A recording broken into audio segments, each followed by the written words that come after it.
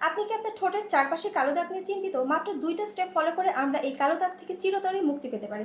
প্রথম স্টেপে আমাদেরকে করতে হবে স্ক্রাবিং। তার জন্য আমাদেরকে এরকম একটা লেবু নিতে হবে, লেবুতে আছে সাইট্রিক অ্যাসিড। এরপর আমাদেরকে নিতে হবে এরকম চিনি, চিনিতে আছে গ্লাইকোলিক অ্যাসিড। চিনিটা অবশ্যই আমাদের পিষে নিতে হবে, ধার ধার থাকলে আমাদের স্কিনের ক্ষতি করবে। এরপরে আমাদের নিতে হবে এরকম টক দই। টক দইতে আছে আমাদের খুব ভালো পরিমাণে ল্যাকটিক অ্যাসিড। এরপরে এই 3টে উপকরণ দিয়ে আমরা আমাদের টার্গেট এরিয়াগুলোতে দাগের উপরে ঠিক ঠোঁটের চারপাশে এভাবে স্ক্র্যাব করব 2 থেকে 3 মিনিট। এরপর এটাকে মুছে ফেলে একটা প্যাক অ্যাপ্লাই করব।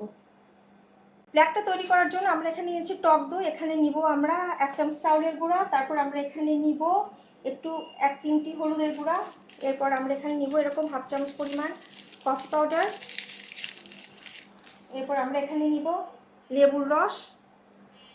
তারপর লাস্টে আমরা অ্যাড করব আলুর রস। ভিউয়ার্স, আমি আলুর রসটা করে রেখেছিলাম 1 চামচ পরিমাণে। এখানে আমি যে সমস্ত উপকরণ দিলাম, এখানে আমি নিয়েছি লেবুর রস, আলুর রস। আলুর রসে খুব ভালো পরিমাণে কোজিক অ্যাসিড আছে, লেবুর রসে আছে সাইট্রিক অ্যাসিড, আর টক দই আছে ল্যাকটিক অ্যাসিড। এই এতগুলো অ্যাসিডের সমন্বয়ে আমরা যখন এই মাস্কটা তৈরি করব, আর আমরা সবাই খুব ভালো করেই জানি যে চাউলের গুঁড়া স্কিন হোয়াইটনিং এজেন্ট হিসাবে কাজ করে। আর এখানে আমরা নিয়েছি কফি। কফিটাও আমাদের স্কিনকে লাইট করবে, ব্রাইট করবে। তাহলে আমরা যখন এই প্যাকটা আমাদের এই টার্গেট এরিয়া বা আমাদের এই ঠোঁটের চারপাশে এভাবে লাগাবো আর 20 মিনিট রাখবো, তখন আমাদের ধীরে ধীরে এই কালো রঙটা চলে যাবে।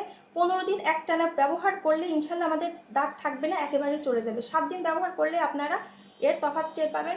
আর অবশ্যই আপনারা রোদে যাওয়ার আগে সানস্ক্রিন ব্যবহার করবেন, ভুলবেন না। আর এই প্যাকটি আপনারা কন্টিনিউয়াসলি ব্যবহার করবেন, ইনশাল্লাহ আপনাদের প্রবলেম সলভ হয়ে যাবে। ভালো থাকবেন।